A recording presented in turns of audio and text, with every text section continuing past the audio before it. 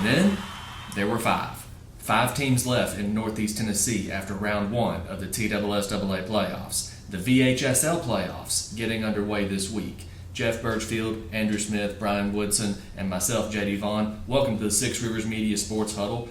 Playoff edition part 2, except this time, both states are involved. We'll get to all that in just a minute, but right now, a quick word from our loyal sponsor, Lazy J Farms Old Fashioned Butcher Shop.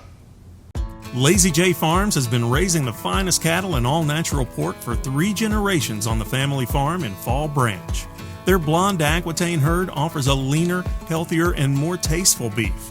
And the butcher shop is local, farm to table, and 100% authentic. This is the way your grandfather shot for me, with steaks cut to order, quality assured, and ready to ship to your door. Open Thursday through Saturday on Bloomingdale Road in Kingsport. Come see us.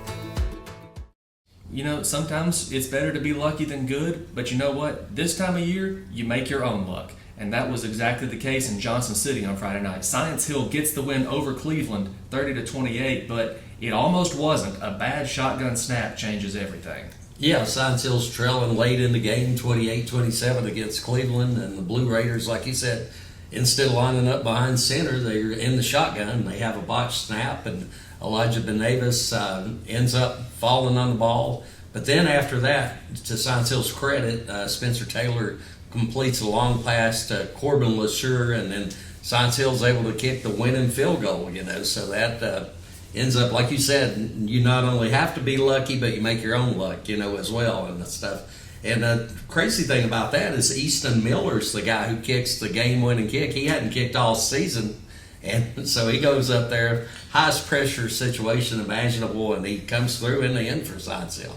Oh, yeah. Oh, hey, our season's on the line. Can you get out there and kick a winning field goal for us? Yeah, I mean, it's pretty crazy. And then, as we've talked all year, Baylor Necessary, just another fantastic game.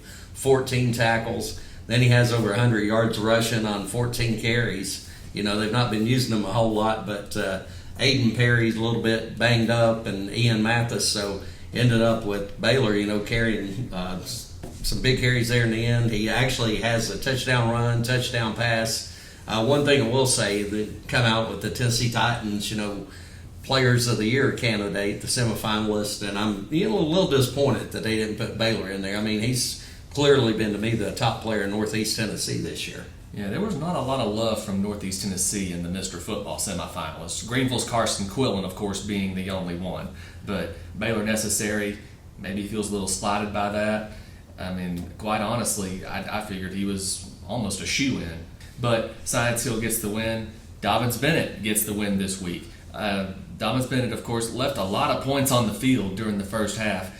Give up a long touchdown to Robbie Jacobs. There was a little breakdown in the defense. He gets behind him for a 71-yard touchdown pass. Farragut led 10-7 at the break. Dobyns-Bennett with 2 turnovers in the first half. So really not able to get out of their own way. But second half, they get that corrected. There's not really any magic words, no paint peeling off the walls, as they told me on Friday night. But in the second half, Tegan Begley and the ground game gets going. The Indians get going. Dobyns-Bennett gets the win 42-24. Tegan Begley, 178 yards, goes over 1,000 for the season. Has a couple of touchdowns. Austin Sykes, another couple of touchdown passes. Dylan Murray and Peyton Franklin. He catches a 25-yard touchdown pass and then slams the door shut with a 97-yard house call. And that made it 42-17, and Farragut made the final score closer. But Dobyns-Bennett, as we expected, did not judge Farragut by its record. Farragut finishes 4-7, but honestly, to look at their schedule, you kind of see why. But Dobyns-Bennett is moving on. For the first time in 4 years, the Indians get that first-round win. They'll welcome Bearden this week, and we'll talk about that in just a minute. Andrew, Unicoi County, just off their second conference championship in 4 years. No Colby Jones, but Gunnar Peterson, what an admirable job he did and for all that he's been through. Oh, absolutely. Gunnar was absolutely the story tonight. His first career start coming in a playoff game, no big deal. Just goes out 14-17 through the air, 216 yards and 4 touchdowns. Not a bad day, but obviously Gunnar losing his father Johnny in the flooding back in September. Definitely an emotional night for him, emotional night for a lot of people in the Irwin and Unicoi County community. Seeing him being able to come through in a big spot like that was just a really cool thing. He got a lot of help from his run game as well. Branson Salt's 150 yards, 4 touchdowns, including a 98-yard touchdown run. And that came immediately after he fumbled away the ball on his last carry. That's how you make up for it. When I talked to him after the game, he's like, I'm a senior. I don't need to be putting the ball on the ground, but the only way you can make that up is just go out and keep playing, and he certainly did that. So it was just a very strong game overall from the Blue Devils, even without Colby Jones advancing in the postseason. They got a rematch coming up this week. We'll talk more about that later.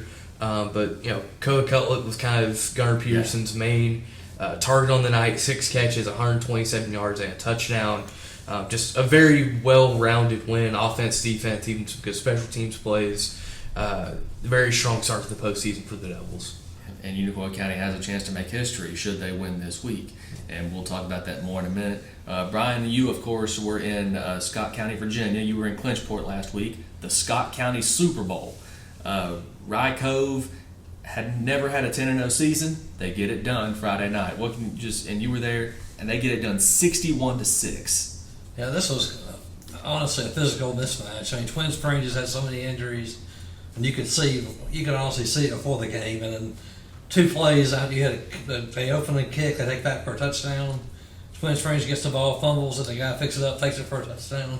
So it's already 13-0. They haven't had the ball yet. They scored 48 points on 13 plays in the first half. Landon Lane was his usual self, 125 yards rushing and 2 touchdowns, and 3 for 3 passing for 3 touchdowns. And he ended up with 1,000 yards rushing and passing this year, which is terrific. Honestly, I honestly was worried if somebody was going to get hurt, and unfortunately Bryce Parks for Twin Springs scored their only touchdown, and then it did get hurt, and it was a long delay, and everybody was concerned. And Coach Warner's think he probably had a concussion, but he was hauled off on a golf cart. And after that, it was kind of hard to. Football was pretty much secondary to that. You just wanted the kid to be okay. He was, but it was just luckily the rest of the game, the second half was a running clock, so it went fast. And after the game was over, the Rye Cove fans were celebrating, and the players came out there with the Cumberland District Trophy and the 10-0 banner, and they were all excited, and this community's all excited about their Eagles. And Coach Collier said the same thing. He said he's so happy to see how happy they were. He said we got to quit bringing it up 3 years ago when this program shut down mid-season. But it's amazing what they've done there in 3 years. Yeah. Twin Springs, of course, on the opposite end, they just went through so many injuries this year. Yeah, you can't do that. After a while, especially at small schools, it's tough. Yeah. But Rye Cove, like you said, thinking where they were and just 3 years ago, and now 10-0 for the first time in school history. Yeah. Talking about a turnaround. It's remarkable. It really is remarkable. And they've done it with Coach Colliers. He's brought in some good help, and he brought in B.I. Salyers to bring in to work on the weight room and get these guys big and strong, and they are. And they've got a good combination, good numbers. They've gone from they had 12, I think, his first year when he started, to almost 50 now, which is remarkable. So that's just almost about half the kids, boys in the school probably playing football. So that's pretty good. Wow. Mm-hmm. It's just incredible when you think about it. The turnaround, just the interest in football. I mean, it has to be at an all-time high in Clinchport right now. Jeff, a couple of big games in Carter County, Elizabethton and Happy Valley. Both of the games ended up with the same score, 14-13, but with varying results. Yeah, and the team that was leading ended up, losing both games because Fulton jumps out to 13-0 lead over Elizabethton, and then the Cyclones battle back, and O'Kyron Sprawls had a huge punt return that ended up turning the game around, and then Justice Wallen had a couple of touchdown runs, and the whole Wallen family. I know Zach Wallen made a big catch. Jaden Wallen had some runs. It's just, I'm sure Fulton's tired of hearing the name Wallen for sure. But a huge win for Elizabeth, and they keep on, they move on, to the next round. As Sean Witten talked about in the story from our buddy Wes Holtzclaw wrote, it's about surviving and advancing. And then with Happy Valley, sort of the opposite. They get out to the 13-6 lead on Polk County. Polk County scores. They convert the 2-point conversion and puts it into the Warriors season. Of course, Happy Valley's had a really good year, ended at 7-2 overall. But Polk County, they'll move on. They'll play York Institute, who beat Hampton, in the first round of the playoffs now. Yeah, just a great season for Happy Valley. You hate that the Warriors couldn't get over that playoff hump, but just their offense just kind of struggled at times. But man, you hate it for their defense though, because their defense played outstanding this year. I mean, they gave up 14 points, on Friday night, and I mean for the season they only gave up 72 points through 9 games, so that's an average of 8 points per game. So outstanding defense by the Warriors all season long. And never count out Sean Witten and the Cyclones either. A couple of games happened in Knox County. Knox West, a 2-time defending state champion, gets the 62-7 win over David Crockett, and of course it was 48-0 at halftime. The Rebels are going for their 3rd state championship, and it showed. Now Lamarcus Dunn did catch a touchdown from A.J. Wynn, of course, Dunn with 101 yards receiving on 5 catches. So Dunn goes out with a big night. And I got to tell you, Lamarcus Dunn, he's just been a joy to watch and a joy to cover for the Pioneers throughout his career. Cherokee, Landon Jeffers, also a joy to watch, and he's still got another year. Senior running back Hayden Hook, his career comes to an end. Gibbs gets the win 41-10 in the first round. Just Brady Hughes runs for 5 touchdowns. Gibbs moves on. They will go to Greenville this week. So a big matchup at Burley Stadium. Andrew, just the other Carter County teams, Hampton on the road at York Institute, Cloudland at Oliver Springs. Unfortunately, there was no playoff magic for Carter County this year. There was not. Let's start with Hampton. Tough task going to York Institute. Couldn't do much offensively. Don Burleson did score the Bulldogs' only touchdown in the 42-8 loss, but not quite able to avenge the last year's playoff loss. But for Hampton, it feels like it's just a footnote and a greater struggle and rebuild for the community right now. Cloudland goes on the road to Oliver Springs. Oliver Springs always a very tough matchup in 1A. Oliver Springs comes out on top 65-6. Jacob Sinnett had the lone score for the Landers in that ball game. Cloudland's defense just kind of struggled there to close the first half. Gave up 23 points in the final 5 minutes and change in the second quarter. So tough to come back from that. And the old adage is it's always tough to go win on the road in the playoffs. And certainly saw a couple cases of that from the Carter County schools. Well, Cloudland hadn't been on the road in 12 years. A lot of people forget about that. I mean, Cloudland hasn't been on the road for the playoffs in 12 years. So they come up short. Tennessee High on the road, Brian, comes up short once again at Powell. Gate City, the running of Walker Hillman, not quite enough, but what a game Ryan O'Quinn had for Ridgeview. Yeah, O'Quinn's he's a good quarterback. He's a senior, and he plays like it. And Gate City just got hit hard at home. That was their senior night. They thought they've been playing better, but Ridgeview's obviously one of the better teams in the region, so they showed it. And O'Quinn's only a good quarterback. He has 2 or 3 good receivers that can go and get the ball too, and a good running game. So they were pretty tough against them. And, Tennessee High, the same thing as last year. They went to Powell, and you knew it was going to be tough, and it was. They got behind 24-0, I believe, at halftime, and weren't able to really get much going at all. And they ended up 8-3 last year. They ended up 7-4, and the same thing. They lost to Knox Powell. So it's going to be tough. I mean, Tennessee High's going to keep winning games, obviously, and probably keep getting there to that point. But it's hard for the schools in this area to get by Knoxville, as we all know. and just what a career and what a senior season Trent Dowdell had for the Vikings. Yeah. Just an outstanding senior year, and it comes to an end. 8-3 overall record for Tennessee High. Other games, Greenville, of course, gets the 56-7 win over Carter. Austin East goes up to Johnson County and gets the win. The Longhorns, after that 8-0 start, just unable to keep the momentum rolling. Seems like maybe the air came out of the sails a little bit after that Juan Mejia injury.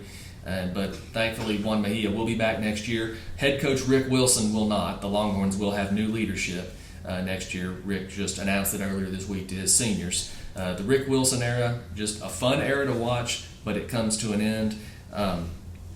Then Tellico Plains goes to South Green. This one kind of surprised me a little bit. Tellico Plains got the win at South Green 30-28. So Region 2 gets the sweep in both Class 1A and Class 2A playoff games because Harriman goes to North Green and gets the win 46-7. So that's how week one of the playoffs went, or round one rather of the playoffs went in the TWSAA. We're going to talk about round two coming up next, but right now let's hear from our loyal sponsor, Lazy J Farms. The Lazy J Farms tailgate box offers great value all season long. Get 40 pounds of meat for only $116. That's 5 pounds of beef patties and 3 pounds of chicken breasts, 1 pound of thick cut bacon, 3 packs of premium beef hot dogs and 2 packs of Chicago dogs, and 4 pounds of thick cut pork chops, all for $116 at Lazy J Farms Butcher Shop in Kingsport. Visit us online at lazyjbeef.com. Well, just like last week, we kind of have co-games of the week for the Six Rivers Media Sports Huddle. One of them is going to take place at J. Fred Johnson Stadium. The Dobyns-Bennett Indians welcoming the Bearden Bulldogs, the same Bearden Bulldogs who have ended Dobyns-Bennett's previous 2 football seasons. Well, this time they have to come to Kingsport, and motivation should not be a problem for Dobyns-Bennett. Just looking at Bearden, of course, they win in round one over Jefferson County 49-14. The Patriots just unable to keep the Bulldogs contained, and there was several times with busted coverage, and Bearden took advantage every time. You cannot have busted coverage on the back end against these Bearden Bulldogs. Offensive lineman Charles Humphrey, quarterback DJ Hunter, wide receiver Damian Lavelle, and I'm sorry if I'm pronouncing that wrong, running back Jason Thompson. What do those 4 guys have in common? Well, all of them have Division I football offers. Dobyns-Bennett coach Joey Christian told me it was the finest group of individuals he had ever seen assembled on one team. So these Bearden Bulldogs, very dangerous. Yeah, it's an extremely talented football team. You look at some of the guys they have, the offers they have. It's probably the best group of individually talented players that we've seen up to this point. Good, our kids I thought really played hard all game, kind of couldn't get out of our own way offensively in the first half, but defense, one play we have a breakdown in our eyes and our coverage bust and give them a touchdown, but other than that, I thought we played, defense played really, really good all night. They completed one on their sideline. It was just a great throw and a great catch.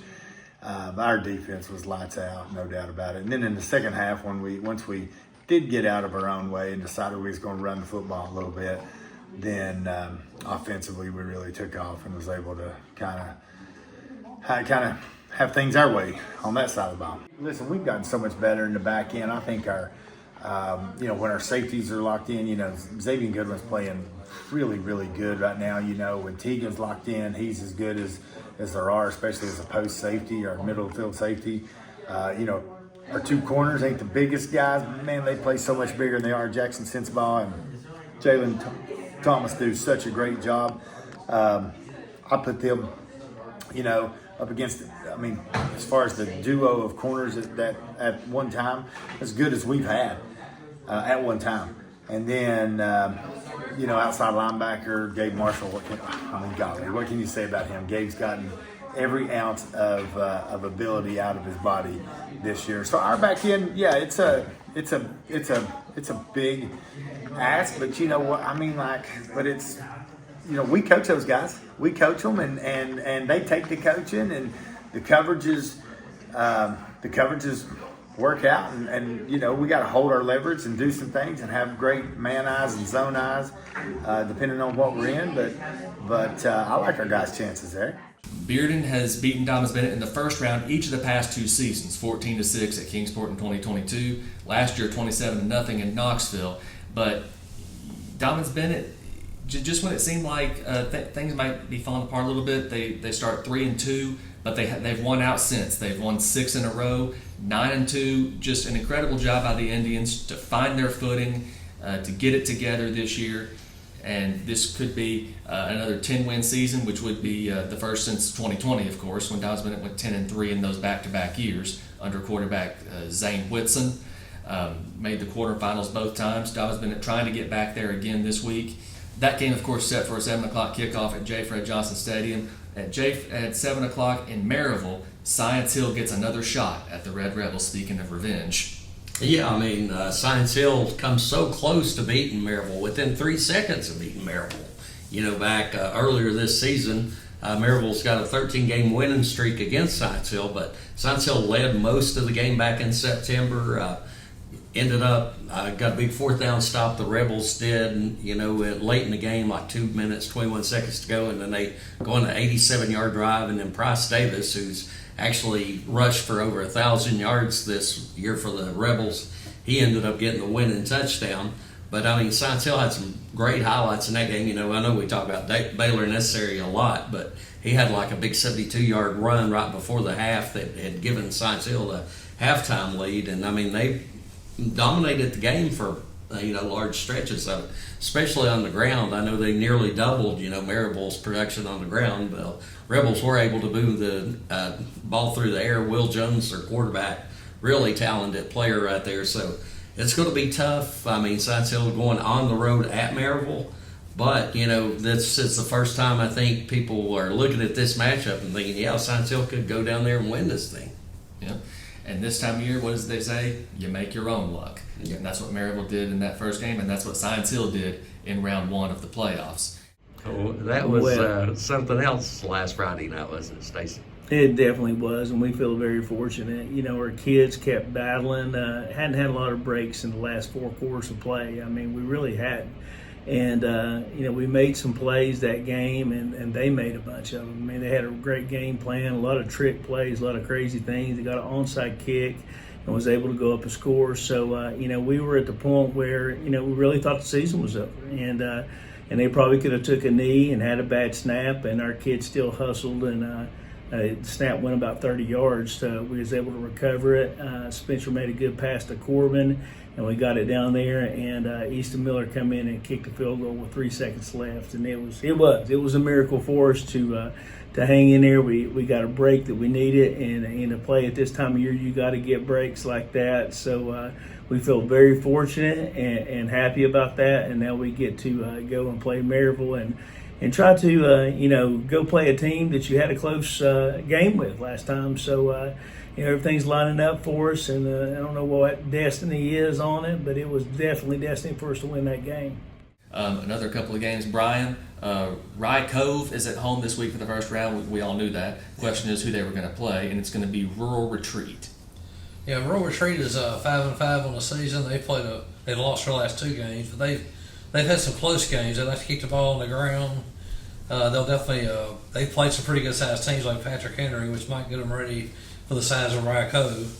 These teams have only played once, and that was in 2021 when a couple of weeks later Rye Cove closed down their season. So that's the only time they've ever met.